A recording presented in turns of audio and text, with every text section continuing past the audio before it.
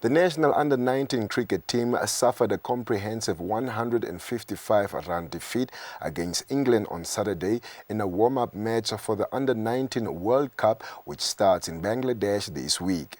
Playing in Chittagong, England scored 307 for 7 wickets in their 50 overs before bowling Namibia out for 152. They will play another warm-up match today against Zimbabwe.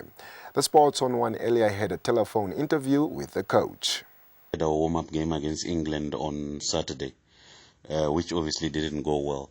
The English team is obviously well aware of the conditions. They've been in the subcontinent before during their preparations, and this is only our first time, so adjusting is pretty difficult.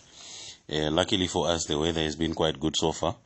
And the guys, after the game, we sat down and obviously ironed out a few things, which hopefully will be able to be sorted the next game against Zimbabwe tomorrow.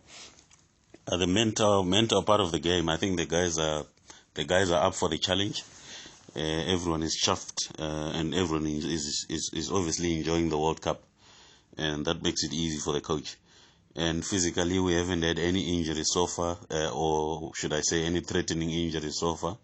So we are actually able to select whoever we want to play from the guys from the 15-man squad that we've got.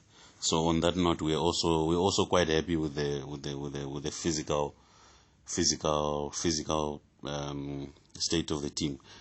And then the climatizing to the conditions, and especially the playing conditions, is obviously a big challenge, because we've got teams like Bangladesh that will meet in our group stages, who are obviously the warm side. Then they understand the conditions back to back without any problem.